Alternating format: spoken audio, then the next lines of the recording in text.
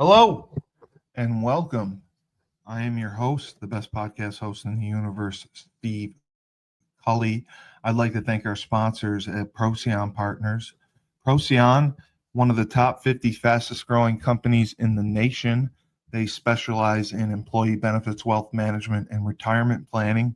President Sean Rabinowitz, proud supporter of our podcast network and everything we do. Green Street Trust International, owned and operated by Rennell Jump and UConn legendary men's basketball player Jake Voskuhl. They specialize in tax plans for businesses large or small. They will save you money or get you a big fat return on your taxes. To schedule your free strategic tax planning session today, go to www.greenstreettrust.com. Pete Finch and the Finch Law Firm is located in Bridgeport, Connecticut. If you've suffered any type of personal injury, slip and fall, a car accident, your mother-in-law ran you over with her car, your wife got angry one night and decided to stab you, the Finch Firm is for you. Pete has won legal battles all across the state of Connecticut. He will go to war to get every dollar you deserve in compensation. You just have to remember, in a pinch, call Finch or go to his website, thefinchfirm.com. Dynamic Human Performance is owned and operated by UConn legendary running back Andre Dixon. He trains boys and girls of all ages, all sports. He has a boot camp program 7 days a week, 6 a.m. You want to get in shape, you go to Andre. He has an athletic development program where he trains boys and girls in the sport of their choice from the ground up, helps them reach their full potential, be the best they can possibly be. Andre has sent boys and girls to college on scholarship for all different types of sports. To work with the best, he has a 5,000 square foot state-of-the-art facility in Hartford, Connecticut. Go to www.dynamichumanperformance.com. All right, and here we are for Broker Than You. I am your host, the best podcast host in the universe, Steve Cully. I would also like to thank Matt Newsy, the top RE/MAX agent in Connecticut for several years running now. And I told Matt that we would give him a trial run and see if he got any business out of us and hopefully get him on as a sponsor and have him sponsor this show and have him come on this show because he made a great difference. We had over 60,000 viewers last week. So that is absolutely incredible. Matt, top RE/MAX Go ahead. agent. I didn't mean to cut you off. I don't know what else to say. He's a top RE/MAX agent in Connecticut. He can sell your home, buy your home, do all that stuff. If you want to work with the best, work with Matt. Amen, dude. And my mother was one of those 60,000 viewers. She's like, hey, that was a great show. I'm like, what, with Newsy? She's like, yeah, that RE/MAX agent. That was awesome. So I don't know if she listens to all of them, but it's like, oh, all right. That's why, I keep it nice and clean here for my mother. Not here. She would prefer I clean shaven. But do we do an intro to everybody? Did everybody know Fresh? No, we'll get to it. Well, yeah, Fresh. Nedvonne Young, FreshFold Laundry Company, entrepreneur extraordinaire, and he's the producer now of this show. So love it. I appreciate taking some of that work off your shoulders. And before we get into any questions or topics, one of the things that I want to mention, because I need to do it here soon, and I usually do it like wild card weekend. But it's a couple fold. I've done it for a bit. My father, it is like one of the gifts we look forward to for years now. He has put together an annual calendar. All right. And so when he does that, he goes through and like the kids' birthdays. Even this year, he put on like, he'll take the pictures that where am I going? the pictures that he takes throughout the year, and then he puts people's birthdays. This year, he even added their basketball schedules. But one of the things that I have always done, and for anybody that is not, doesn't like the idea of goal setting, right? Like, oh, I got to sit down and write my goals out. Let me tell you something. What my dad used to do is we would use an artificial tree for Christmas. We celebrate Christmas, the birth of Christ. And when we put the box away, he would always, what happened in 2025. And so I have for years just written down a list of like goals or things that I want to accomplish. And my first one in 2005 goes back, and it's like, how many homes do we own? Name of our niece or nephew. And we had just had, Lucas had Alexis. Did Levi find a girl? So it went from that. And so this past year I had Mackenzie and Drew sit down and do it. And it started giving me chills because I not going to Geneva, please. No, we haven't decided yet. We're not sure. Okay, good. But the first thing, and now we need to work on their penmanship, but the first thing that Drew had written here, and he wrote it on January 4th of 2025, and it said, did I make varsity? Now, he starts on JV, and he gets some run in varsity, but it was just so cool. And then did I jump and lift? Have I dropped 40 points? Have I grown 5 inches? I'm not even kidding. Has Grandma lost any more toes? Thankfully not. Is Ruby alive? Our dog that we had to put down. Did we get more animals? We did get a Bernese Mountain Buck. And then how much do I weigh? So that was Drew's. And it's just something where it is so cool when I put this, 2025 calendar away and I tuck away, and I've started, my list for 2026. Just things like businesses I own, like how well have they done? How many franchises has Meg sold? Different things like that where we don't necessarily think of as goals, but, I've seen all these new apps with betting. Hey, bet on yourself, dude. Write a few notes and say what you bet. Put some money in there. Do something fun. And if I accomplish this, I'm going to spend $500 or do something. Make it fun, dude. But goal setting does not have to be this arduous task of, oh man, I got to. It's like, dude, just put something down, pen to paper, think about it, and then be able to reflect on it. And we talk about this with journaling and things that help both my, ADHD, whatever acronyms I might have. But it's just some way to feel organized, set goals, reflect back on it, be grateful. So I need to do that this weekend, but it's just a cool way. I'm so thankful that my dad makes these calendars for all of the family members. We all look forward to them. And he keeps adding to it and adding to it. So I literally have the last 10 years or however long he's been doing it. So cherish your loved ones, set goals. If you didn't, hit a goal that you wanted to, set a bigger one next year, man. So that's all. I just wanted to get into that because you're absolutely right. Talk about it, and it's something for any business owner, any household.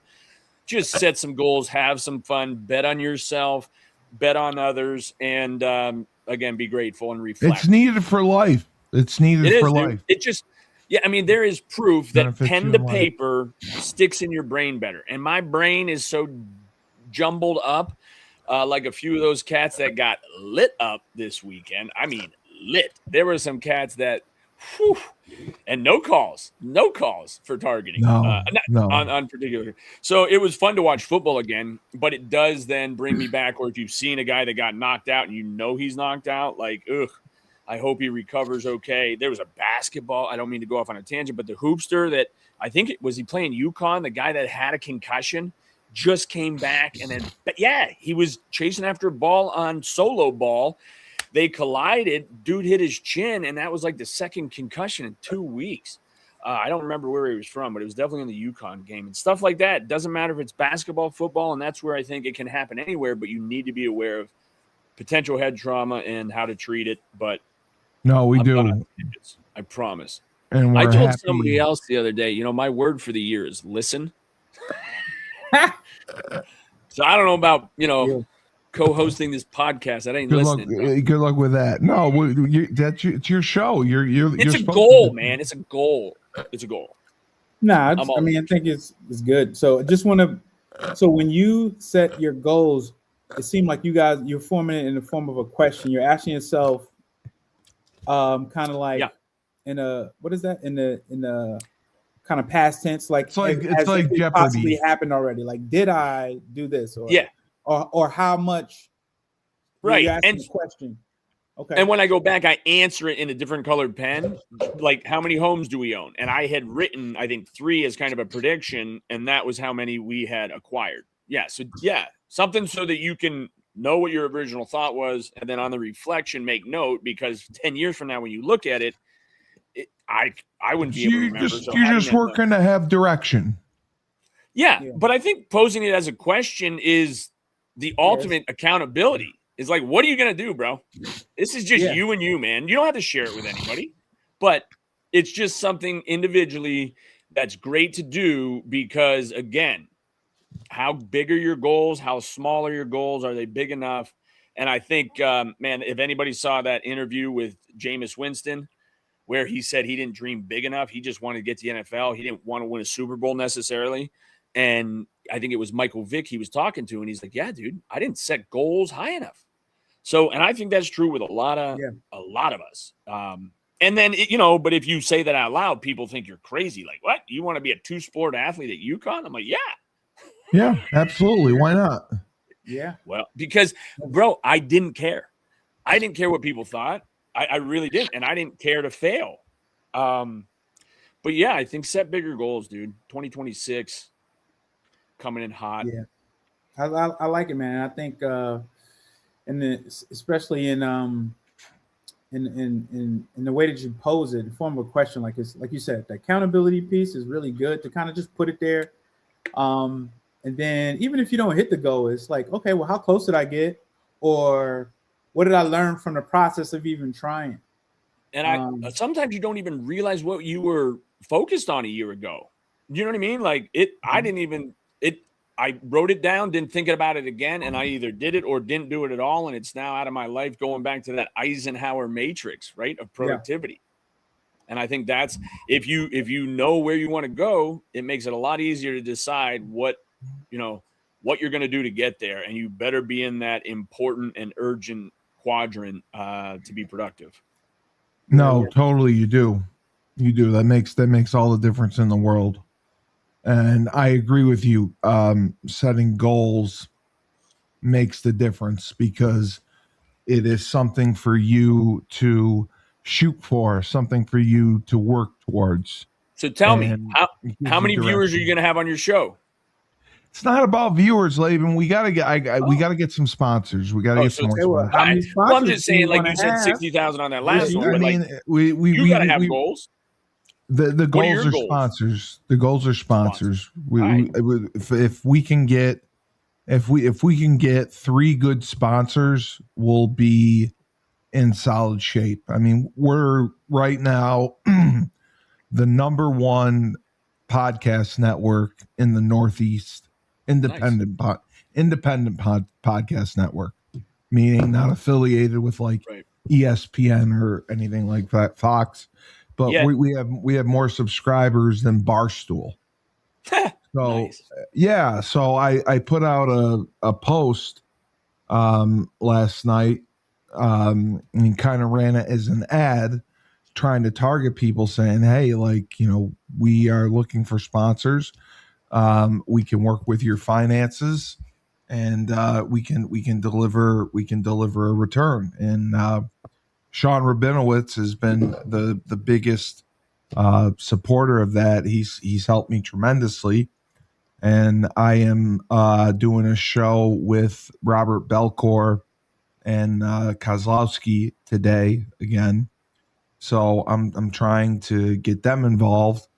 But the biggest thing we're trying to build, my goal is really to build a network. Yeah. So everyone can work together, a network of our alumni and people that can work together. So I have that, and we bring someone on, and I can give them a couple leads, I can give them a couple referrals, and that was the biggest thing that I want to do. I want to be able to provide good advertising. I can advertise on YouTube TV now, so I've been taking advantage of that. So tell Where me, if I were to ask you, okay, in 2024, which is when I think we did my first interview with you for Husky Talk, how 2023. many shows? You just had the one show, right? In 2024? Yeah, I was And then just how doing many Husky shows have Talk. you added in 25? I do probably about 15 a week. Wow. That's Yeah. impressive, dude. So, like, that's a question I'd love to, like, how many shows will I have in 2026? I would love, and I mean, how much can you handle? I know you have Fresh coming on now to help with production, which No, is I a mean, I big was plus. told I've been told to cut back, but I mean, I think that I want to try to have something for everyone, Yeah. you know, Yeah. and One stop that's shop, my baby. biggest thing. I don't want to, and Dave loves doing sports and thinks sports is where we should keep our focus. But we're I getting mean, listen, just great I think, viewership. and we've talked about this before. I mean, and even through economic recessions and things, sports is one of the constants as a business and a revenue generator. I don't care what you say, people need entertainment, they need exercise, and to get that culmination. I remember through the recession and the pandemic even. I mean, cats were No, still I agree. pursuing it. You know what I mean? I People will agree. spend money on sports, and it's like real estate. Everybody likes to talk about it. There's just so much content out there for sports, Right. and we do the UConn stuff. We do a general sports show. I'm doing some work with Air Force now, That's awesome. with my old athletic director. But it's tough because there's so much out there for it. So like business and finance do very well, those Yeah. shows, because there's not a lot of content and there's not a lot of experts like you guys to offer advice, and especially real estate. Real Well, estate's huge. listen, and I'm sure Fresh can attest to it, because most people that want to talk about it want you to pay them to hear them speak. And I think we just can't give it to you straight, because anybody could call and set up an appointment and meet with me face to face and ask about homes and things. Yeah, of course.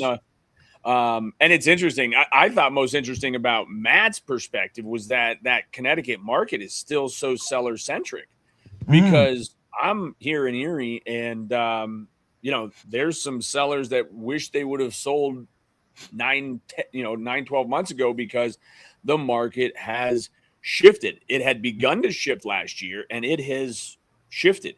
And I'm not saying sellers aren't getting what they want. Good sellers with well-presented homes that are reasonably asking are still getting offers, and sometimes over asking, but it's few and far between, unlike Connecticut. So it's interesting because of the supply and demand and the area. Like he said, people are moving out of the city.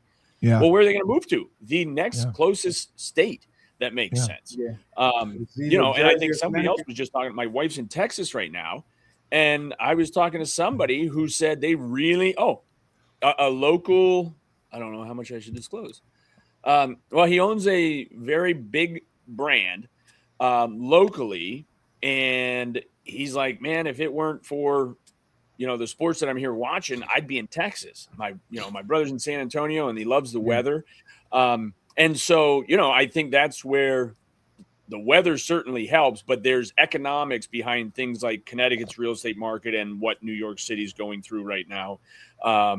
And so it's just interesting, I think, to have those perspectives. And a lot of the times politics does get pulled into. I know last week when we talked, I was asked on last Wednesday night, I did an interview for a local organization called the Jefferson Society, who brings in former presidents and things like that. But they're trying to nail down locally and they didn't refer to it as urban sprawl, but like, why is the city of Erie, the population declining, and why are people moving to the suburbs and things? And so it's interesting because they have really studied it and done their research on the numbers, but then to get a perspective like mine, where I'm running, I'm on the sewer authority and economic development. And so I see early on, before these developers start to do things, they inquire, they do their due diligence. And so it's interesting to see, again, and we always see this when larger corporations are spending money again and building out and doing those things, the residential side usually follows. So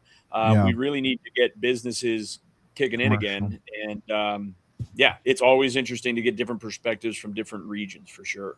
Fresh, what are your thoughts? Down in the Carolinas. Yeah, I mean, it's similar to what, it's interesting. I think, so to touch on a couple of things we were kind of talking about when you were saying it seems like you're getting a little pressure about like, hey, just focus on sports. And then you're like, well, but we have these other real life issues. Dave, yeah. You have these real life issues, right? That are very interesting to people, because just be real for a second. Sports is, I would put sports and entertainment together, right? So you got sports and entertainment, right? Exactly. And one thing, but it's one thing. That's great that we have that, and we have that experience, we have that background.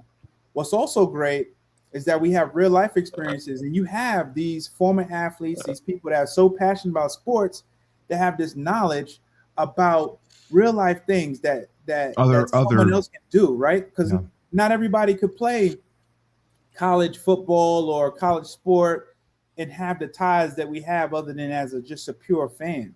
But everybody can get into real estate. Everybody can invest in something. So everybody can do that. So we're giving a little nugget that you can, all right, this is how you start the real estate journey. This is how you start your entrepreneurship journey. This is how you start your investing journey. That's lasting. That lasts. And just so happened that, hey, I like those guys because they went to my alma mater, or they played, a sport, and they did something like that. So I think you have to, I have the ability to look at things from a different lens. Some people are kind of very myopic. They're very tunnel vision. I see things one way. No, we have to open up the blinders, or break down a wall and see different, create multiple views so that you can see things from a different perspective. And I will always be, and I've always been a silver lining guy. If you guys remember, even from when we were young, I've always been silver lining. Somebody might try to be negative, I'll flip it to a positive. It's just how I am. You have to. And I think that's how I would encourage a lot of people to be, because the world tells us that, doom and gloom, right? The sky is falling, everything is bad. Yeah. But we have to be able to find a silver lining to have some semblance of for one, to just make sure you have good mental health so that you stay sane. Because if you focused on all of the things that are going on right now, we just go through the news feeds of what's happening just in I know. Country, right? I know, yeah. You could go, what in the world, what is really going on? So I think it's good that we cross over, and then that we show, humanity, we're we care about people. We care about people enough to share this information. And we pretty much stay on topic for the most part. It's valuable information. But we share information, and we just let people know, we're common, right? Just the name of the show, Broker Than You. Look, we may have accomplished some things, but that doesn't make us any better than anyone else, right? We don't have all the answers. It's always, like you're saying, you don't know it all. One of the things I say to keep myself humble, and even though I've been a teacher and a coach, and had some accomplishments in business, and I've done some things as an entrepreneur, one of the things I always tell myself to stay humble is sometimes a teacher, always a student, right? So sometimes I'm the teacher, I'm always a student. So I can learn from anybody. Great, right? philosophy. I think that's important that we keep that kind of mindset. Well, and that's where. Oh, go ahead, Steve. A lot of people commented, Fresh, last week when you were talking about your physical health and how important that is, and that resonated with a lot of people because they always say, "Oh, I don't have the time. I can't do this. I can't do that." And you were saying, if you've got 10 minutes, just do something. 5 minutes, do something, and then just build off that. As long as you're doing some sort of physical activity, you're bettering yourself, and that's what you need. And I think a lot of people took that to heart, and it made a difference. We got some. Let me add one thing to that before you go late. What I would say is, remember, and you see my videos, and I've done 15 minutes of freedom. The Mm-hmm. reason why I picked 15 minutes. 15 minutes is 1% of 24 hours. Wow. 1%. Yeah. So you are worth 1%. You are. You're worth at least 1%, right? So you're at least worth 1% to pour back in yourself. So much we will put, and if we calculate it, we just did a percentage of what 24 hours is. How much time are we putting towards social or something that's not that important to our families? And we pour into so many different things. How much are we putting back into ourselves? Yeah. Exactly. I encourage everybody listening in at least 1%. Come on, in terms of your physical health, at least 1%. Yeah. And I'll tell you, one of the things, because you mentioned silver lining, and then you said at the end there, one of the things that I mentioned to her, like when the woman interviewing me said, what do you think Erie can do to help build back up Erie? And I said, I served on another committee for the Times News. And you want a slogan for Erie? Encourage Erie.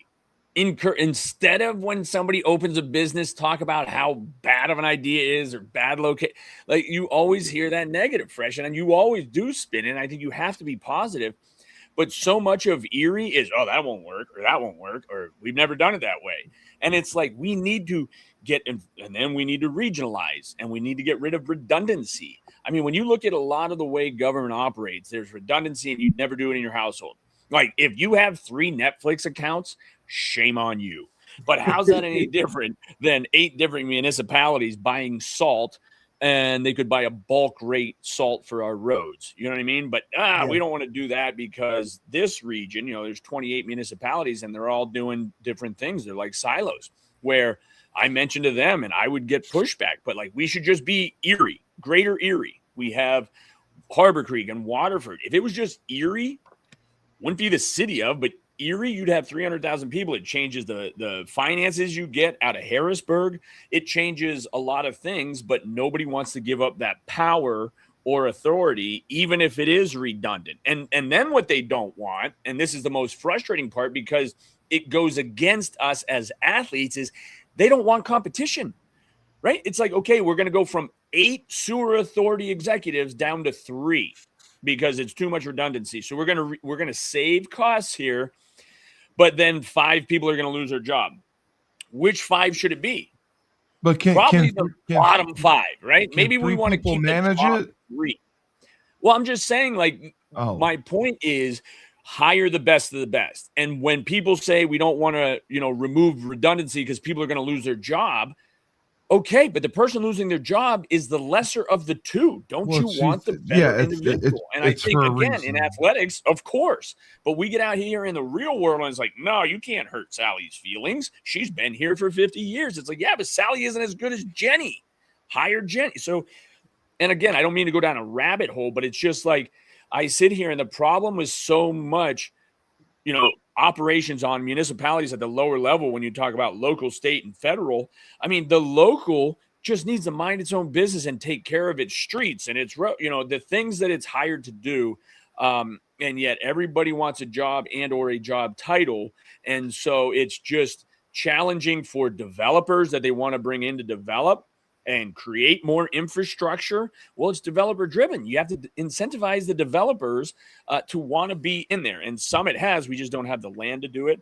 But we are starting to see an uptick in development around the area. So I'm hopeful that, again, this economy is churning.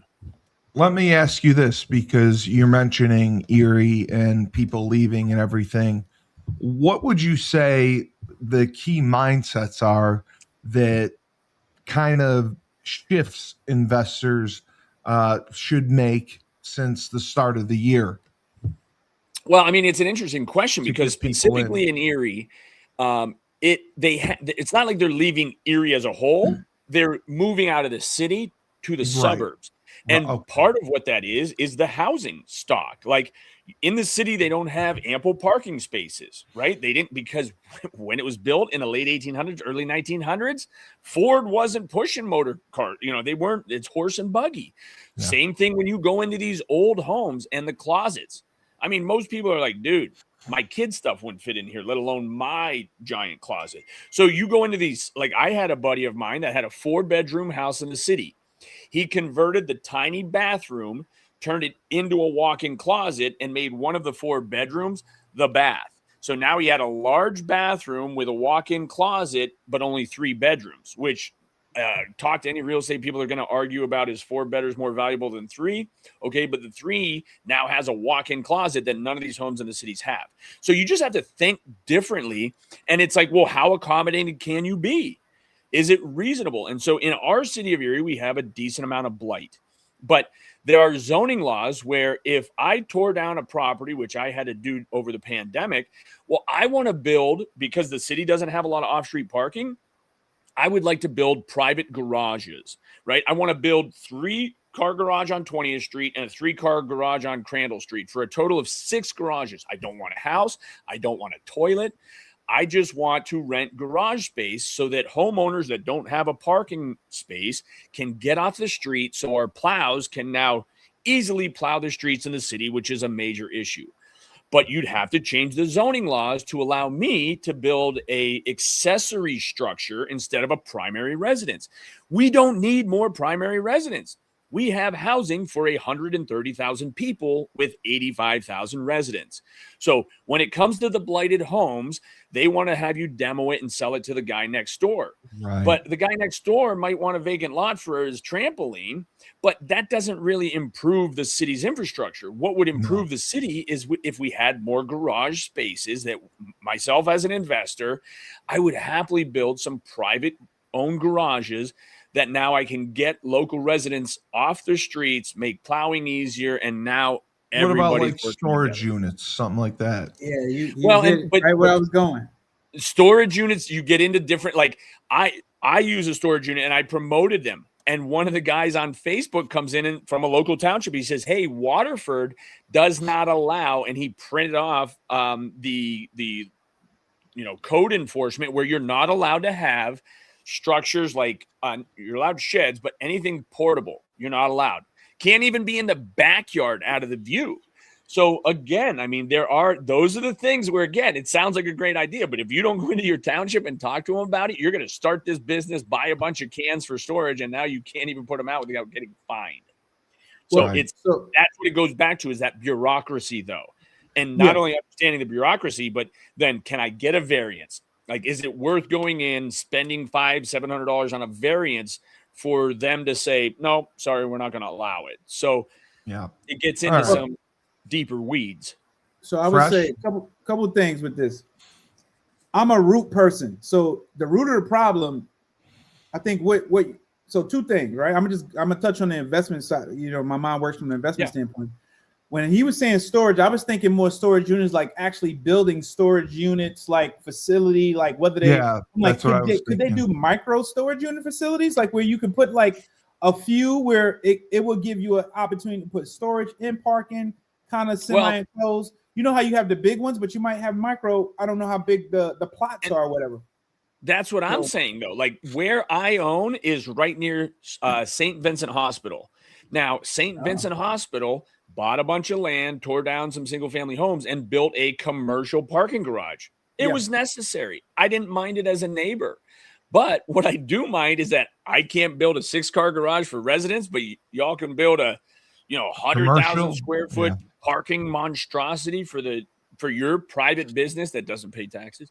So it's something that, yes, I think you're right. The root of the problem, though, is that we have rules in place from the 1900s that do not address the 2026 issues of everybody's got a car. A lot of families have 2, sometimes 3 cars. That was the second point I was 2 cars in the street and 1 in the single parking spot that's available.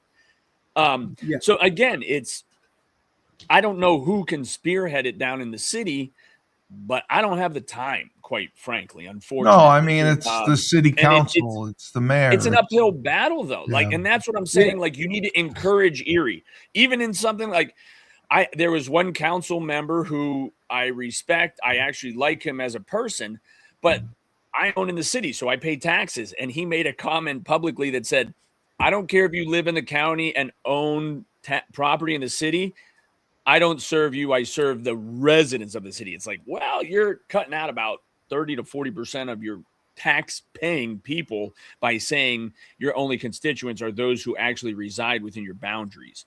And there again is part of the problem, is that we don't want to embrace the whole. We want to stay individual so that we can, and it's not even mind our own business. They all think they do it better than the others, so they don't want to get entangled. And yet, like, Mill Creek is doing exactly what the city had done, where they just announced again a Rite Aid on State Street. Excuse me, but I do want to talk about this because there was a Rite Aid on State Street that just got announced that Lake Erie College of Osteopathic Medicine is purchasing. I went in and I screenshot the tax roll. Up until this year, they have paid $102,000 in property taxes. And that property, once it sells to LECOM, will pay zero. So Mill Creek in one parcel loses $100,000 of taxable revenue, which then gets redistributed to its residents, other tax-paying residents. So when people in Mill Creek of about 60,000 people, the city of Erie of about 90,000 people, the best thing that could happen is for Mill Creek and Erie to join and become Erie, Greater Erie, or whatever they want to call it. But again, they will never, ever do it. They want their identity. And so, again, how do you break through that? It's politics, but it's funny because Mill Creek will criticize the city, and then literally 20 years later, they're doing the exact same thing. So do as I say, not as I do. We see that and hear that a lot. But it really comes back to what's on the books, how are zoning laws written. Can you get somebody, and this is where if you serve on a board or a council or a committee, if it's written in black and white, use what's between your ears to see if that still makes sense. Yeah. And that's why I like serving on a board, because I don't mind speaking up and say, hey, that doesn't sound real good. Like, should we maybe consider changing that? And people then here in Erie like to say, well, it's the way we've always done it. But they don't, they might know the root problem, but they don't find the root solution. And give me something. Give me two solutions with the one problem. What are you thinking? So what I would say is, right, when it comes to I think you have townships all over the country where you probably have some similar situations. So, we here in Chapel Hill, I literally was at a,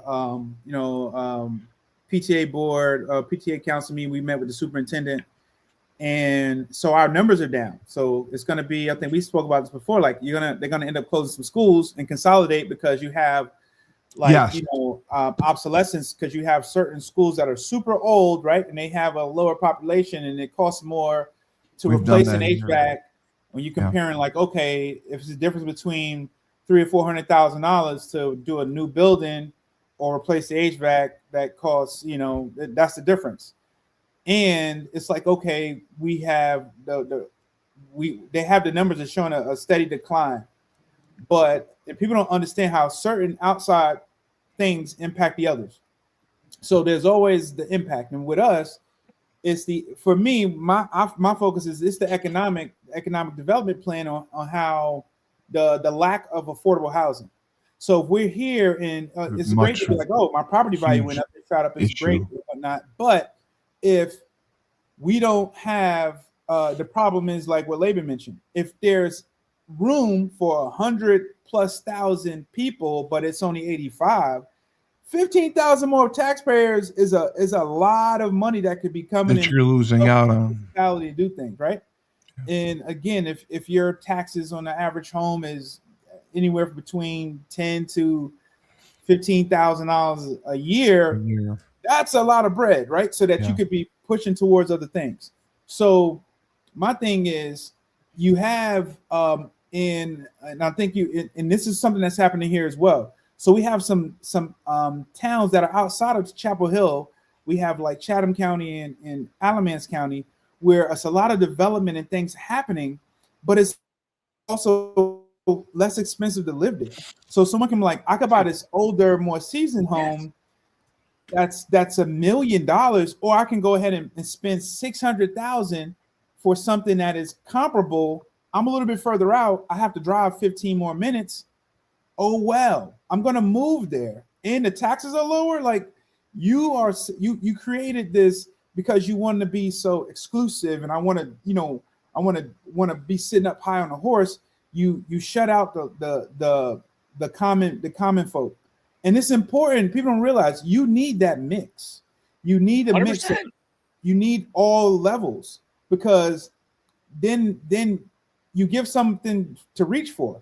But what's happening is now you really only have kind of like upper middle class and poor, right? And then people that are wealthy. That's kind of like what you have. So the middle class, as you're saying, is shrinking and shrinking, almost doesn't exist. You're losing them. So it's one thing when you're poor and you can like, oh, I know, I think I can reach the middle. But it's one thing to be like, oh, I just can't go from poor. I can't get all the way.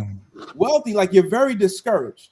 And then now to tie this back into, those are how to, like when you in poor planning and people kind of focusing, being more self-centered and focused on how they want, what they want for themselves, and being really self-centered and selfish. So you got to look at kind of some of the things we did. If you have children, like Laban out, right? This is something we did, whether we did it consciously or subconsciously or whatever. When we started our careers and things, that we already took into account what we wanted for this generation or 2 generations behind us, right? That we were already, this is why we are doing this stuff. It's not for us, right? Our kids are going to experience more and get more benefit from the things that we're building and doing now. It's our legacy. What seemed like happened is, in terms of government, local and beyond, it's like they lost that, right? I think the forefathers and people, they put things in place because they thought about the future. But then what happened is, as time went on and we got to our era and things like that, they started focusing more on, well, what does this do for me now? Opposed to, hey, we got to keep thinking, what about this generation or 2 ahead of time? This is why you have people who don't really take, like climate change that seriously. They're like, No, they don't. Like, I'm never going to experience. They're like, I'm never going to experience the things that are going to happen. But it's like, look, the thing is that it will be a problem for people that you're like, oh, I'm going to dead. That's very selfish. So if people, what happens is you got these old guard people in government that we need fresh new blood, right? It's just like, and I liken this, and the last point I'll make sure you go, you can switch it up. I liken it to church, right? If you go to a house of worship or church house, churches die when they don't have youth, right? So if you have older people in the church and they're running church and that's it, and I don't see any young people running around being involved in understanding this is what to expect, and I'm going to invest in being a part of this.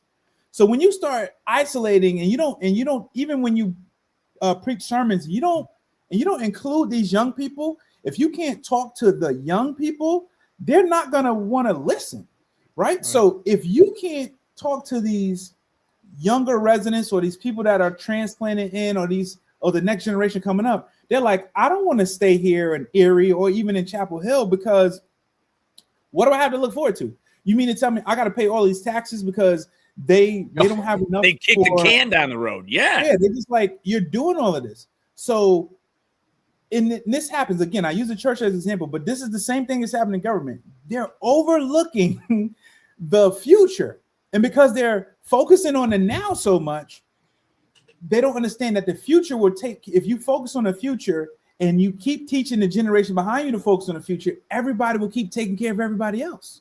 Yeah. Instead of doing that, you're like, I'm just concerned about what I'm doing now. And for me, I think that is the problem. And that's why things die. That's why governments die. That's why our government is going through what it's going through now because of selfishness. That's why churches that die, they go through that because of selfishness. That's why local governments, organizations, this is not new. This happens across the board. When people don't adjust, they die. Blockbuster, you look at all these old companies, they die because they don't adapt and they don't adjust.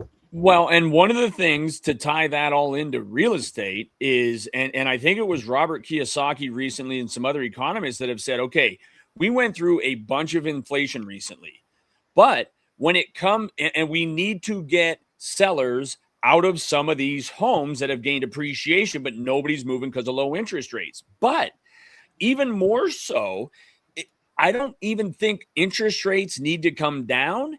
as much as we need to look at capital gains.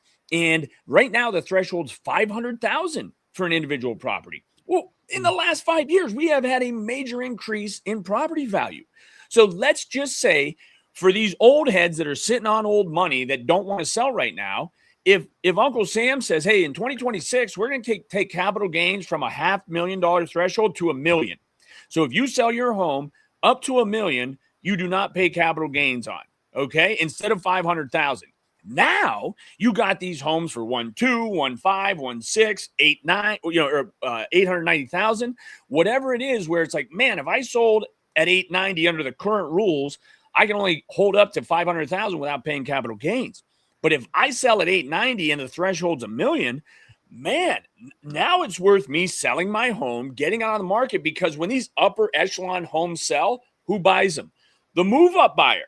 Well, then who buys their home? The first-time home buyer.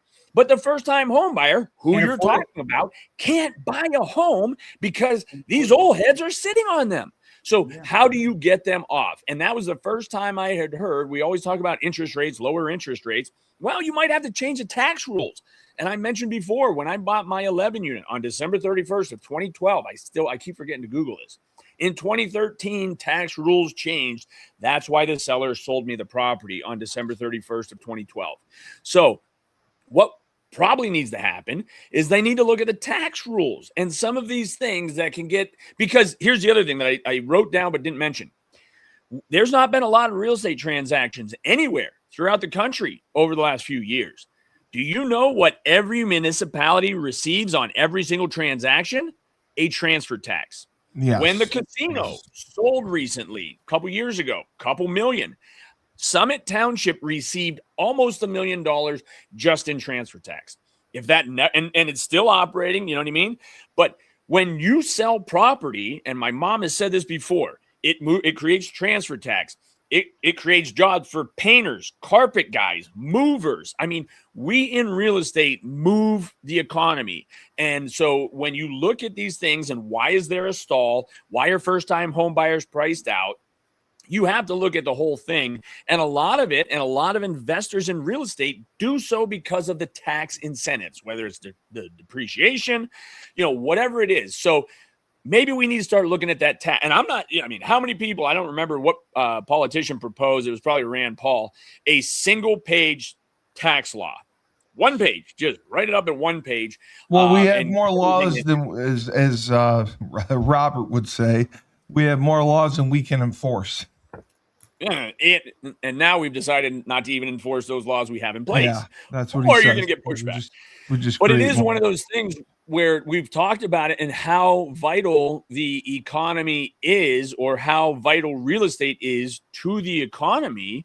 And it's because of all of these moving parts. And I think, Fresh, you pointed out, like, the most frustrating thing, and I've said this before, like, I started investing in 2004. I bought my first duplex. If I had to start in 2026, I don't know how people do it. I don't know how young people do it. Even with dual income, no kids. Like, it is still, like, the math isn't mathing with purchase prices and current rent rolls for me to really make this a investment, because I know it's a lot more work than all these talking heads like Fresh and Laban make it sound. It's not that easy. I'm telling you, it's not that easy. My license plate says passive income.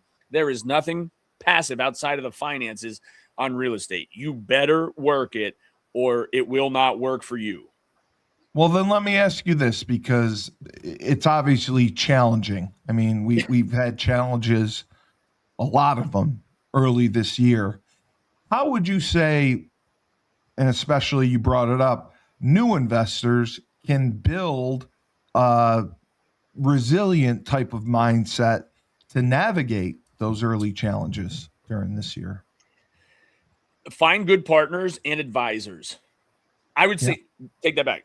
Find good advisors and create partners. Okay. Because, and honestly, and I think this is where, like, our family business, like, I don't stress as much about my family business because I have my family behind me. It's stressful, But it's not just me. It's my family. It's as advisors. We have a multitude of advisors that help guide our decision-making and things. First and foremost, our Lord and Savior. We pray about things, but then we can't just sit and pray. You actually have to take action. You have to dig in, understand what's going on, why it's going on, and solutions for that. And that's where in the last 2 years, I have liquidated a number of my rentals. Yes. And I just looked at this because it's sitting here, and I've held this up before. This was over the years, the properties I purchased and what I had acquired, the timeline. And it's like, you can see, I have not been buying property. No, you said that. You've told me Well, that. it hasn't been a great time to buy property. No, but it's getting close to that. Market. So yes. If you're it's a new always a good time investor, to buy property if you buy it right. But it's not always. Listen, yeah, you make your money on the front end. I don't care who you are. You make your money on the front end. And I always heard, because I bought real estate 70 cents on the dollar, and I'm trying to sell it $1.10 on the dollar. And it's worked out pretty good. And that's hard to do, but you got to buy it right on the front end, and it makes the back end less important. Doesn't matter what type of market it is, you'd still be able to sell. Well, in the last 3 years, any seller can sell. Now you got to be a little more creative, and figure out solutions to some of these challenges, because buyers are starting to take more of a stand. And I tell every seller I meet with, it does not matter what I think this home is worth. It does not matter what you think this home is worth. It matters what a buyer is willing to pay. Exactly. That's it. Exactly. So I would say, to add to what you're talking about in terms of how you're saying like the mindset, how to build up the right kind of mindset and resilience. Yeah, I mean, with the challenges that we're all facing. I would say, for one, you have to analyze yourself first. It starts internal, right? So once you 100%. Understand you need to understand your strengths and your weaknesses. So if you know your weaknesses, put yourself in a path that you have less temptation or less opportunities to succumb to the weaknesses. So that's one thing. So self-awareness, doing a self-assessment of how you function, like those things are important. And again, go back to your health, mental and physical health. You take care of that, then you have the energy, you have something to start to move towards the other things. Now, the things that Laban mentioned, having mentors and partners that are like-minded, that are doing the same things as well, but just have more experience than you or have other skill sets, are super helpful, right? So you build resilience when you have confidence, right? If I'm confident in something, I'm going to be confident I can do it, right? Labe is confident. Like, if I remember, like, Labe was very confident about the things that he could do, right? Or he's still confident in certain things. You confident that you can train a kid. Like, I'm confident I can get this kid to jump so many feet on this pole vault. You confident in yourself of that. 100%. But that's because of what? You've built that over time. You put the work in. So people have to, 1, self-assess. 2, be patient, right? Yeah. Rome wasn't built in a day. Transformation is not an event. It's a process, right? That's what my pastor used to say back in Brooklyn, Pastor A.R. Bernard. It's not an event, it's a process. So give yourself some grace, set goals, set timelines, and really focus on having confidence in little things and have small victories. So we all want to win. So you build resilience when you build up yourself, you have confidence in your abilities and the people around you that you are working with or that you're seeking guidance from. And you want to have some results that whatever you're trying to do is working. So put little goals in place, like to check off, oh, I did that. Okay, whether that's new investors, right? I have a niche that I want to go into. Like, focus on one particular thing. I'm gonna focus on this niche. That's some progress. Now from there, then how do I want? Am I structuring my? Did I do the things to structure my business? Do I set up an LLC or do I have a bank account? Do I all of these things? Those are little wins, little victories. And then one of the things that Laban has mentioned this on multiple times. If it doesn't make dollars, it doesn't make sense. You have to make, he didn't use that term, but you have to make money. The money that you're making is the proof that you're having some progress in success. So even if it's a little bit of money, it's showing you that it works. Now you just have to scale. Okay, I only made a couple $100. Okay, well, how can I turn that couple $100 into a couple $1,000? Sometimes it's just a little tweak or a bigger thing. So and one of the things I tell. Give me 2 seconds. Let me just play one of the ads for our sponsors. Hold that thought. Okay. Down south, we have the Trench Mob, run by Julius Williams in Decatur, Georgia. He trains offensive and defensive linemen. They compete in 5v5 tournaments and college showcase camps across the country. Julius has sent kids to schools like Florida, Florida State, Miami, Tennessee, Clemson, Georgia, Alabama, just to name a few. We have the Trench Mob podcast every Wednesday night at 8:30 p.m. If you want your kid to go to college and play Division I football and be trained by the best, you go to the Trench Mob. To contact them, go to www.battleofthetrenches.com. Nedvonne Young owns FreshFold Laundry Company down in Chapel Hill, North Carolina. It's a high-end laundry service. They wash, dry, and fold your clothes for you. They have a pickup and drop-off delivery service, so you can have your laundry done in the comfort of your own home without ever leaving. You put your laundry in a clear plastic bag, put it out, they pick it up, everything is done, wash, dried, and fold, and it is dropped off to you within 48 hours. They offer an expedited service as well. They have an online subscription model. You can also book online to schedule your pickups. They have deals for college students. So if you're in college, wash your nasty ass, and you can go to their website. It's myfreshfold-laundry.com.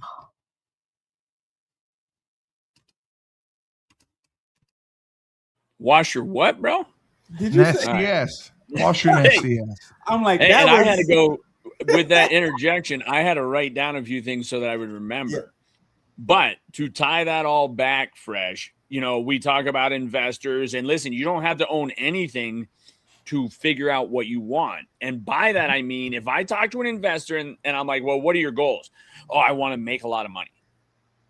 And then I say to another person, hey, what are your goals? He's like, I want to own a duplex in Southeast Erie. I want to spend between $150,000 and $180,000. I wanted to cash flow by at least $200 a month. What can you find me? Who do you think's going to find a place first?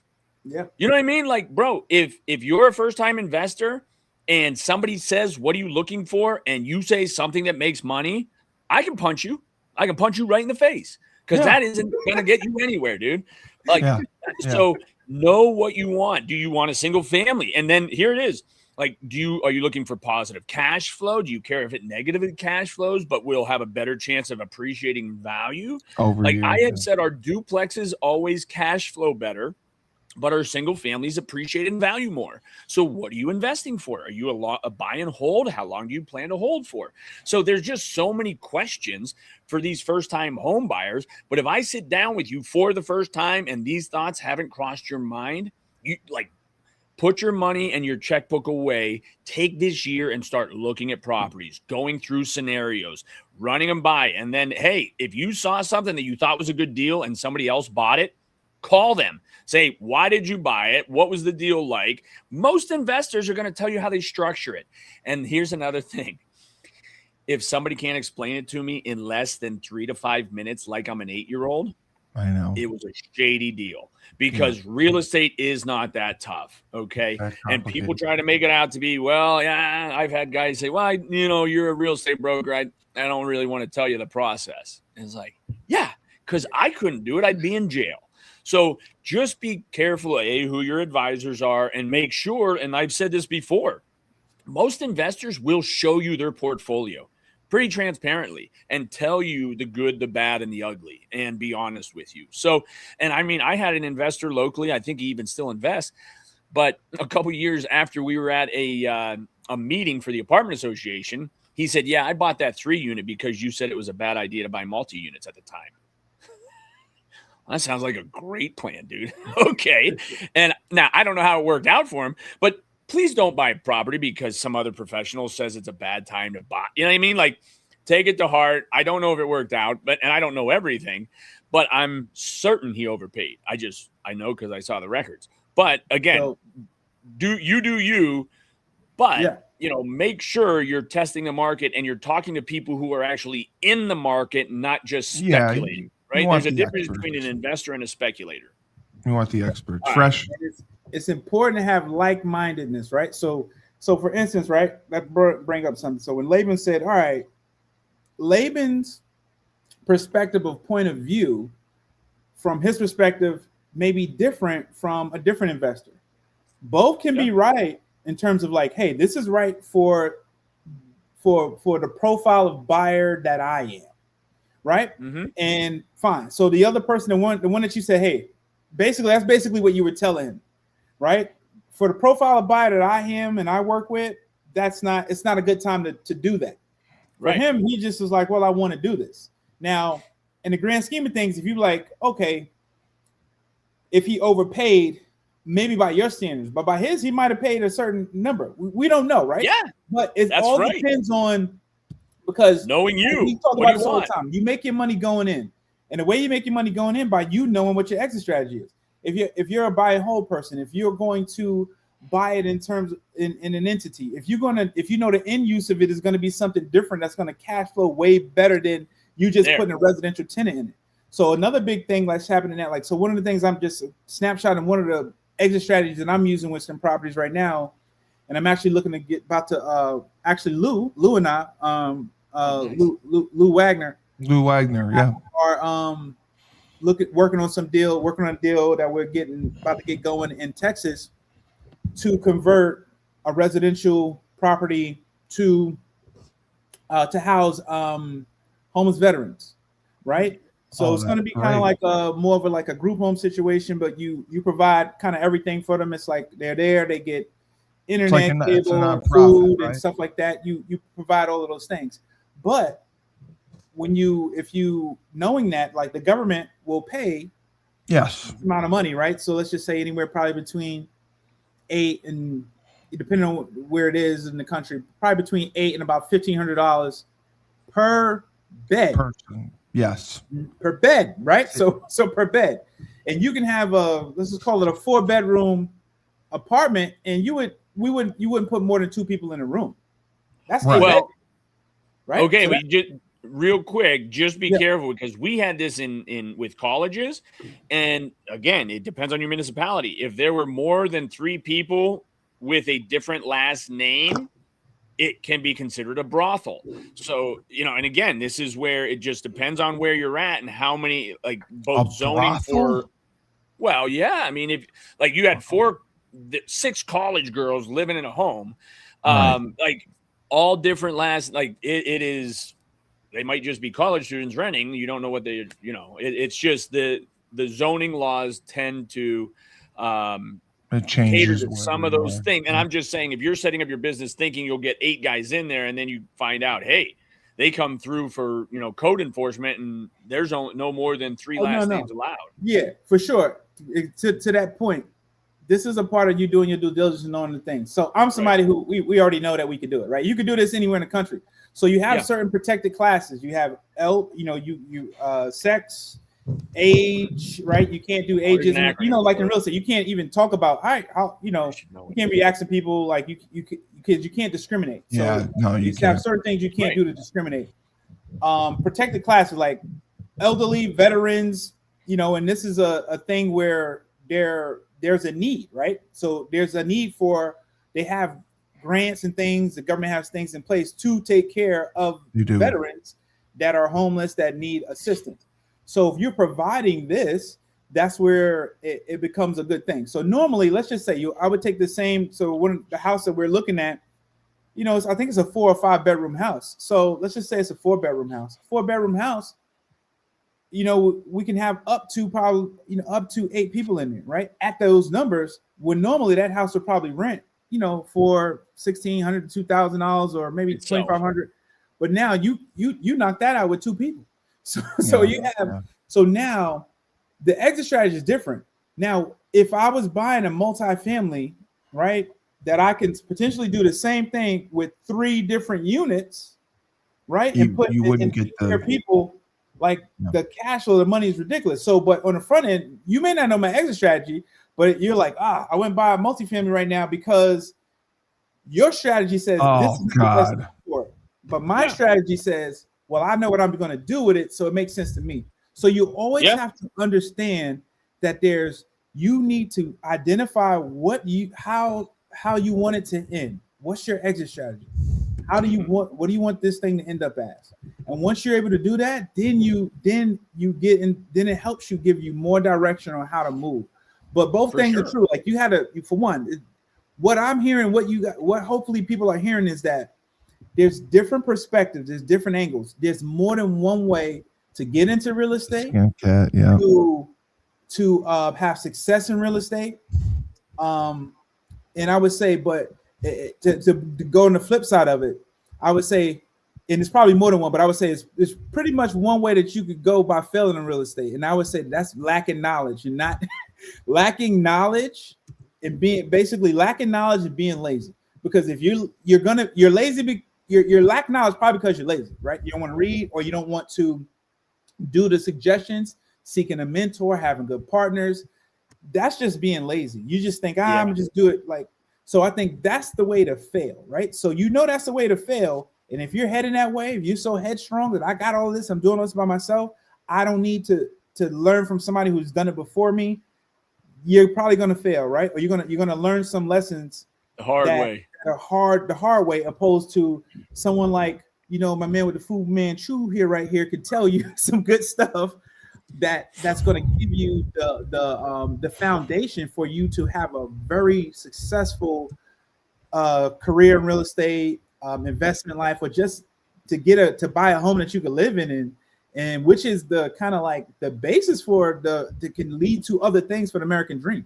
You buy a home, use equity, do some things with it, but you can't do any of that if you're just going to be lazy. You're just going to be like, all right, I'm just going to do what I heard someone say, but I didn't do any due diligence to see what sense it made.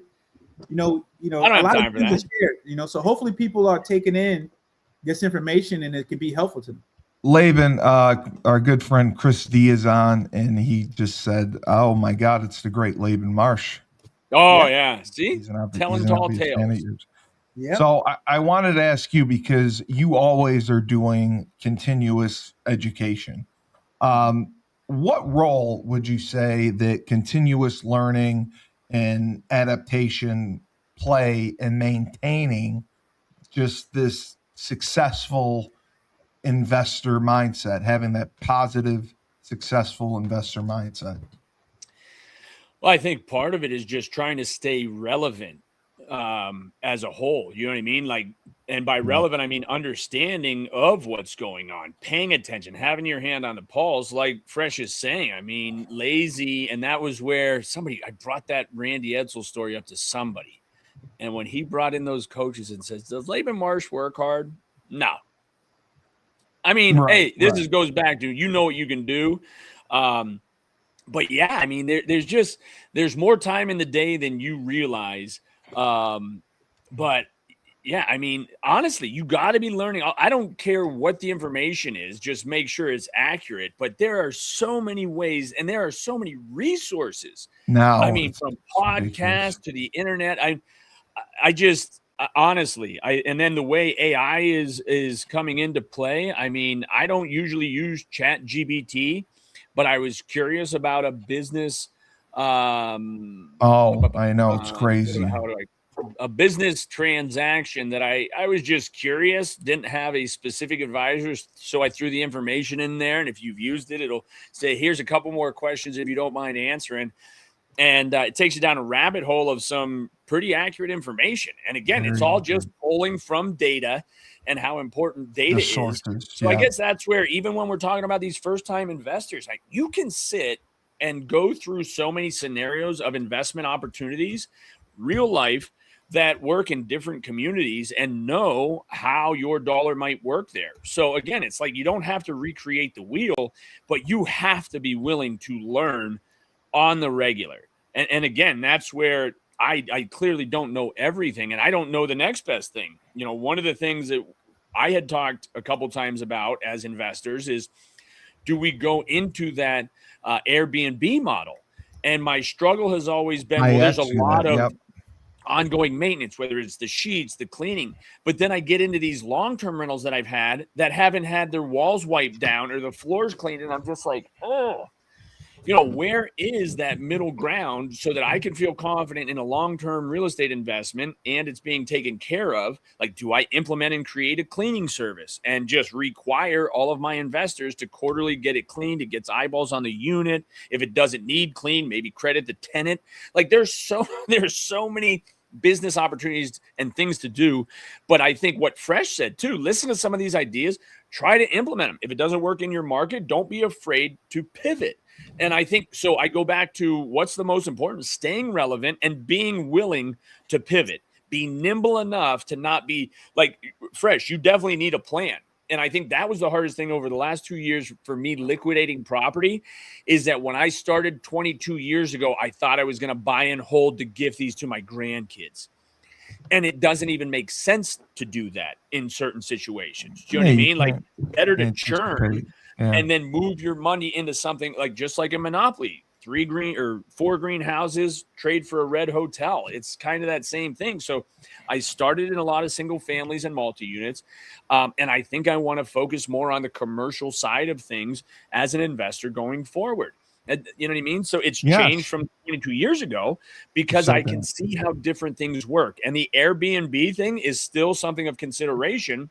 I think the Airbnb thing is great. Ancillary business along with it, like FreshFold Laundry. Like, I would be hiring Fresh, and to the point where Fresh needs to hire one person to handle his Airbnb accounts. Yeah, well, that's the way we work on getting him the contracts with those bigger companies. That'll be the big deal. There's just so many. There's 100 ways to skin a cat, but it goes back to, you can't be lazy. Not only can you not be lazy, you have to be assertive. You have to be willing to ask questions. Like, all they can say is no, or I don't want to. You got to advocate for yourself. You have to. Yeah, being assertive is huge. I think you touched on a couple of things here, Labe. I think being assertive is so important. Is, like you said, like, it's one of those things where, like you said, it's only a couple of answers that's going to come out, right? Yes, no, or a much more detailed answer, or a much more detailed form of someone telling you yes or no. Right. And so the bottom line is, just do it. Right. Jump out the plane, give yourself an opportunity to fly or to, get a couple lumps, and those scars will remind you of the mistakes not to make in the future.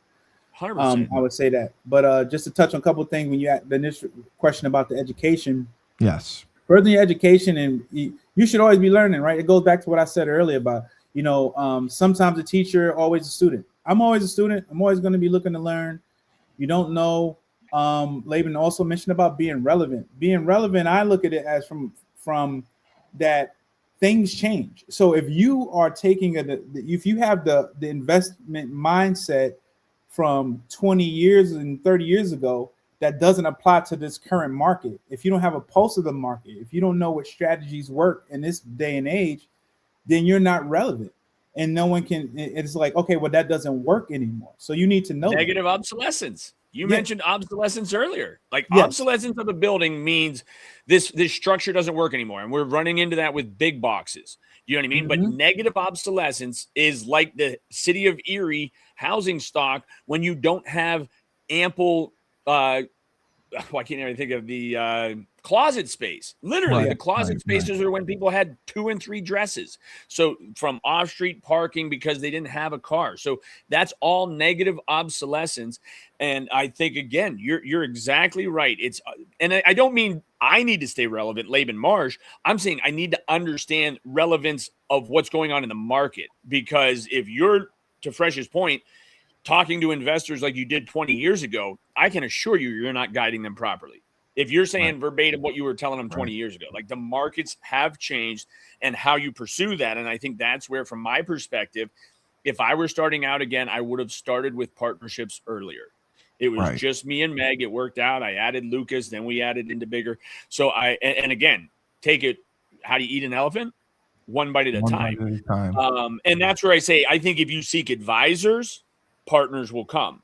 The other thing is, as you start to invest, people find out. And so now when they become sellers, instead of sometimes talking to real estate agents to list it, they talk to investors because they'd rather not show it. If you're willing to pay them about what they want, or we can negotiate it, I'd rather sell it there. So it creates a lot of opportunity and good dialogue to try as investors to get yourself more opportunities. And I'd rather turn down opportunities than never be, reached out for those opportunities. So when you become an investor legitimately, people start to catch word, and you will find more opportunities than you ever had, because people now know you do that. As long as you can take. Let me go to our last sponsor here, and then I have one more question for you guys. Finally, we have James Whitfield of Luther James Insurance. For the last 3 years, James has dedicated himself to the art of financial services. He specializes in life insurance and insurance policies. He will save you money, make you a boatload of money, and do so tax-free. He also specializes in retirement planning, because we know the stress that goes into thinking about retirement. How much am I going to need? For how long? Do we have enough? Because fear of the unknown is real. To contact James, go to www.lutherjamesinsurance.com. All right, so Fresh, I wanted to ask you, because I think this is very important. A lot of people are impulsive. A lot of people like to make decisions on the spot. They don't do their due diligence. How would you say investors can maintain or improve discipline, and then also having patience during this time of market uncertainty? I would say, patience is very key. I think people need to do things that require patience, right? It's like anything else. You have to train yourself to do certain things. Some people innately just are more patient than others, but sometimes some people, you need to learn how to play chess. Play chess. You will have to be patient to play a regular game of chess, unless you are playing like speed chess on the clock. And that could be something that you advance to that, right? Learn to do things that force you to, or put yourself in positions where you have to be patient, because then now you're conditioning yourself to know what that feels like. It's easy to say someone be patient. After a while, especially most of the people we're talking to are adults, and they are starting to get more set in their ways. If they lack patience, that's just kind of what they do. They can say that they can be like, okay, I'll be patient, right? And then, but the reality of it is like, are you really being patient if you're just kind of like chomping at the bit? You can see like in your facial expressions, you just want to, certain things. So it's different. That's very difficult. So train that muscle, right? If you will, to be patient, and then it can easily cross it over to other things. So that's one. What was the other part of the question? I know I heard it, but can I interject though, because I will forget. And when you talk about patience, I'm sitting here with biting my lip with zero patience. Okay. Yeah. But I would push back on patience, because I don't have it. I'd like to think you don't need it. But No, I you're do, impulsive. I do think you need to be able to delay gratification, which I think is different than patience. Yes, you're right. Because when I think I'm not patient because I will just keep, like, whether it's the ADHD, like I got to keep doing something. So I'd rather be doing something towards that goal than being patient to wait for it. Like I'm talking about assertive, go get it. You know what I mean? So, but I do firmly believe in delaying gratification, which I want to say is similar to patience. And again, I just don't have it. So that's why my word is listen. And I bit my lip while you finished your statement, but I had to get that out because I think patience is important, but I would say delaying gratification is more important. Steve, what was it'll pay off in the end. Yeah, I think delayed gratification is a result of patience. You'd be surprised. You're more patient than what you believe you are, Labe. Here's the thing. You have to be. For one, you cannot be a coach and not be patient.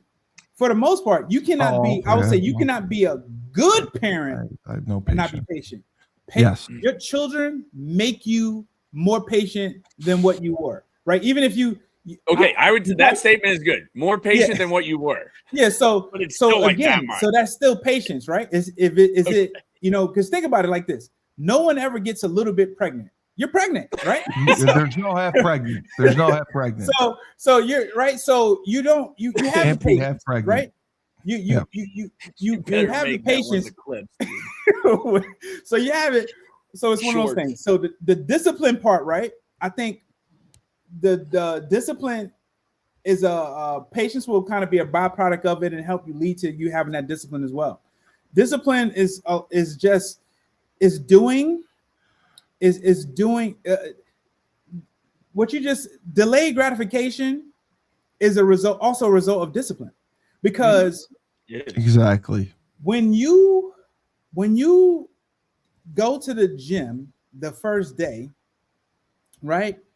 It's you don't have the results that you want. No. 90 days out, 120 days out. And it's all about, and the way that you stay disciplined is that, again, it is doing the, what is it? It's doing the simple, or the doing the unsexy, or whatever, I'm trying to use the right words. I know, Labe, you said something similar. I'm trying to think about what it was said. Yeah, and I'm trying to think of how you're doing the basic or elementary things, or just the simple things over and over and over again. Yeah.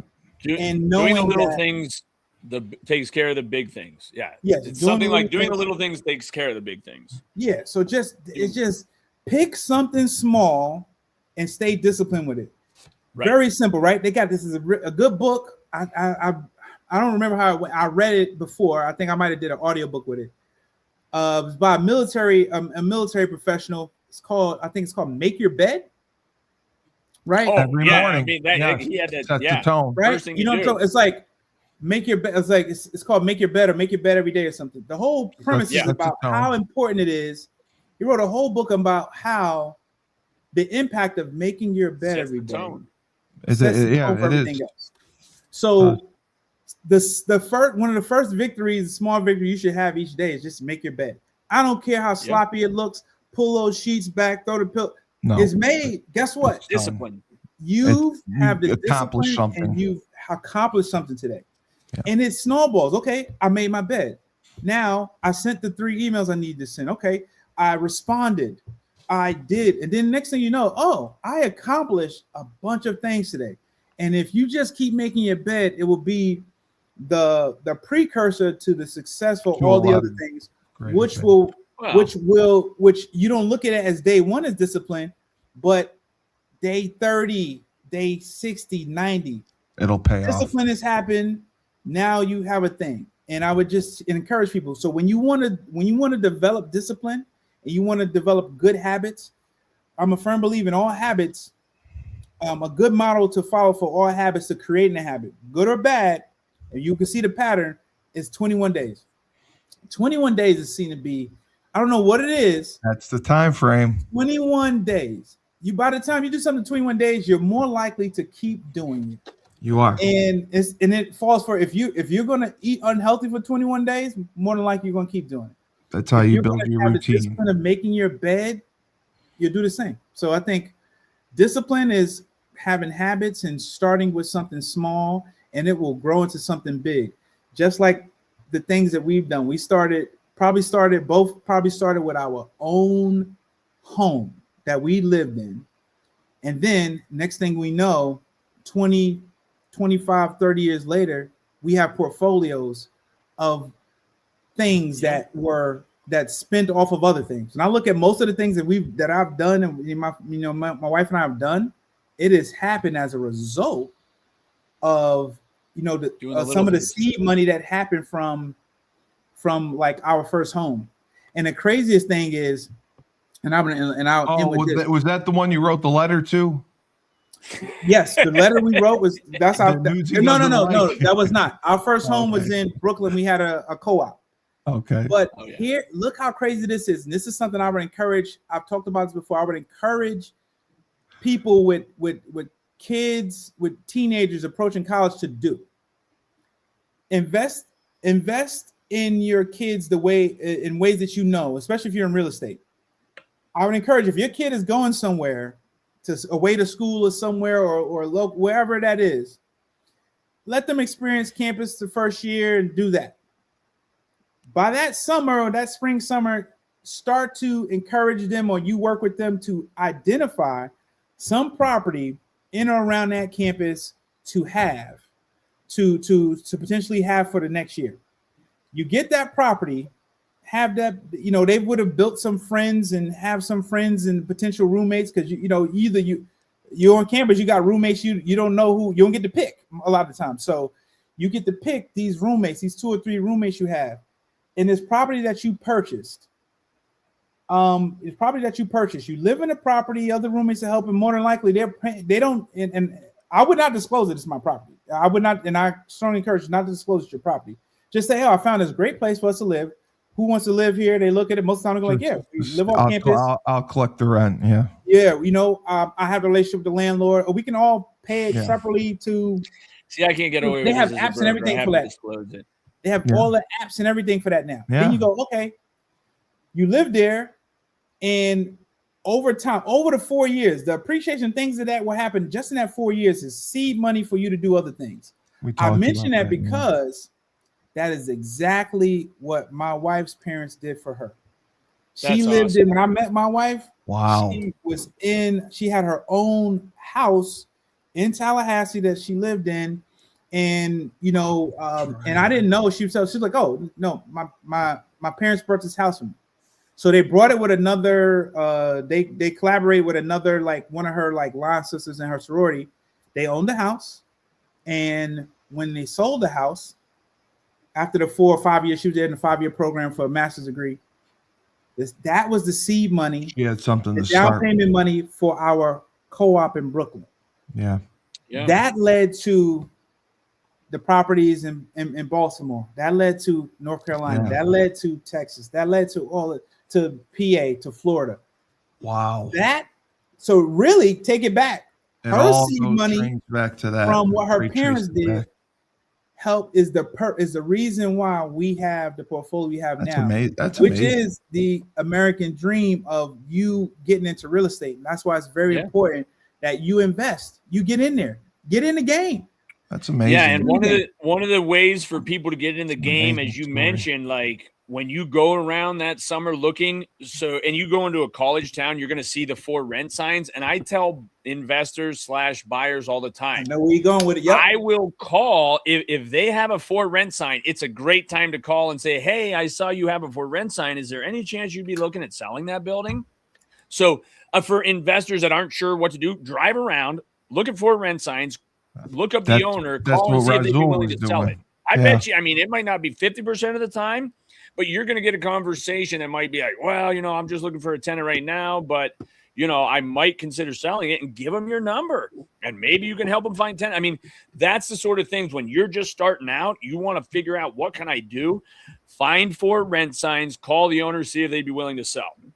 It's Yep. just That's one how way many- to get started. But Fresh, that's such a great idea as far as what you're doing. You know, how to get started. I agree. We've talked about it before. And you want to know the market. Like, if after 5 years, will I be able to resell this and at least recoup my money? Because you've made it in the tax write-off and paying yourself. But you don't want to get jammed up. Or what happened to me, like we invested in the Mercyhurst area, and then Mercyhurst went and changed the rule for their local athletes and said, hey, after you got to stay on campus freshman, sophomore, junior years, because they just built a brand new dorm tax. Right. Exempt. You can't live And off so campus. you had 178 athletes that had to move from off-campus housing back on. Now, if you have 3 kids per house in 175 homes, it's like 450 single-family homes that were servicing college students that no longer could service college students. So we went from having tenants at $1,400 a month to then regular families at $795. It changes both the value of your property now and certainly your cash flow. So, I mean, those are, again, we've warned people of municipal laws and rules, but as far as the principles and what you're talking about there, 100% the best thing you can do for your college-age student, if you're paying off-campus rent, look at buying that for them. And listen, and if it's in your local area, like we've got Gannon University, Mercyhurst, Penn State Barron. Once my kids are out and I live here, I can rent that to their friends or my other kids who are coming up through. So it doesn't have to be 4 or 5 and get out. It could be put it on a 15-year note, get it paid off, and then just let it cash flow. So great stuff, Fresh. And congratulations to you for marrying well. That's a great. Also, in your due diligence, it's not a bad idea to look into your future story. Potential spouse to see if they have financial literacy and some backing, because that is the best partner you're going to have is your spouse, 100%. So, prerequisite. It's a prerequisite. I tell my kids, teaching them, it's a prerequisite. You need to know that, and she's got to be 5'10", 5'11". Always, I have to have the financial discussion. Fresh, you had something else you wanted to add? Nothing else. I mean, okay. Think you guys, not really. I mean, you mean to that question? I would say no, because we were still in the I thought the you were discipline trying part. to No, say that was just a something spinoff of the discipline part. I think. I mean, we've said a lot in terms of that. I think hopefully the points were received that we were making. That one, you got to get in the game. Labe gave a perfect example of getting in the game. That's how you get into. Oh, what I was going to add, I was going to add. Thanks for saying that. So from that perspective of looking at the for rent signs, you could take it a step further, right? It's always different. There's always different strategies. I always try to present them. You ask them, do they want to sell? Or you ask them, would they be, in the process, would you be willing to do and in the process of them saying, yes, I'll be willing to sell, another option, would you do a lease to option, a lease to own, rent to own, right? So that's another way to kind of get in there where, like it's all beneficial. It's all beneficial to both parties. It's like a win-win, depending on how you set it up, where, all right, you basically get a trial run of kind of like, this is your property. You're basically paying a mortgage almost, doing it that way. For them, essentially. You're taking over management, you're basically, it's your house, and as long as you exercise the option, you're good. If you don't, you just kind of lose all of the money that was going towards the down payment. Right, so essentially, the way a lease to option works is, let's just say the rent is bail out $1,000. You may be like, all right, they'll raise it to $1,250. So now $250 is going towards it's going into like going into escrow, going into escrow, and that's your down payment money. As long as you execute the option, that money goes towards down payment. You don't execute the option, that money goes into HIP National Bank, right? So, did you say HIP National Bank? HIP National Bank. Yeah, HIP your pocket. So that's great. I like that, HIP National Bank. So it's all. Those are options. That's a way to kind of look at it. But that's so key. I'm glad you said it, Labe. Just that is. You got to think outside the box. Everybody's started. Like, nothing against realtors, but just for rent by owner. No, that's it. I mean, listen, I tell people when I have to call people, I'm like, I am a licensed agent, but I'm calling as an investor. Like, I'd like to buy it, and now I've turned a lot of those. Like, hey, I'm considering buying this. It's not going to work for me, but would you like me to help you market it? And so I've turned a lot of those like investor inquiries into a listing opportunity as an agent. You know what I mean? So but it goes back to a lot of what Steve does. Create a network, start talking to people, dude. Ask questions. Like Steve's greatest quality is his curiosity. Like I think the reason he does so well on this is he's sincerely curious. He's smart, right? It's just he's really, sincerely curious. Bro, you're smart. Don't stop. I am curious, but yeah. Bro, you're smart. Listen, you got 15 shows, bro. Stop it. Like you're smart. And that's what I love is that you are still curious. Very curious. And we should. Like that's the old who was that European soccer coach that dude loves all our UConn hoops girls. I can't even remember his real name. Sadakis. Oh, yeah. Yeah. Don't be curious, not judgmental. No, I listen. Listen, I've learned more about the made up show you talking about. You talking about with Ted Lasso. I like Ted Lasso, right? Yeah, don't be Lasso. judgmental. Be curious. That's one of the greatest lines of that show. Dude, his mustache was not as strong as mine. Dude, I've learned more about real estate and life insurance in the past few months than ever. So believe me. See that curiosity. Yeah. No. Well. Yeah. But almost killed the cat. Great show, guys. Great show as always. Sorry for keeping you longer. You had some great answers there, and discipline and patience. We started off with 50 viewers, and got to 100 and 1,000, and now the numbers that we're at. Sky's the limit. It's crazy. It's crazy. So you guys have done a phenomenal job building the show and kind of pivoting it to real estate and business and investing, which I think has been a big help because anything fun, man. With finance is very popular. So I give you guys credit for doing that and having the expertise to answer people's questions and provide great insight, analysis, and really guidance and advice. And that's what they need. So for Laban Marsh, King of Real Estate, Erie, Pennsylvania, Nedvonne Young, entrepreneur extraordinaire, owner of FreshFold Laundry Co. in Chapel Hill, North Carolina.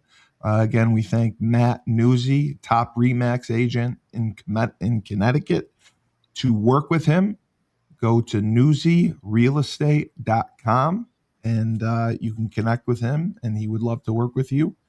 And remember, life gives you lemons. Don't make lemonade. Take 2 oranges, throw them right back at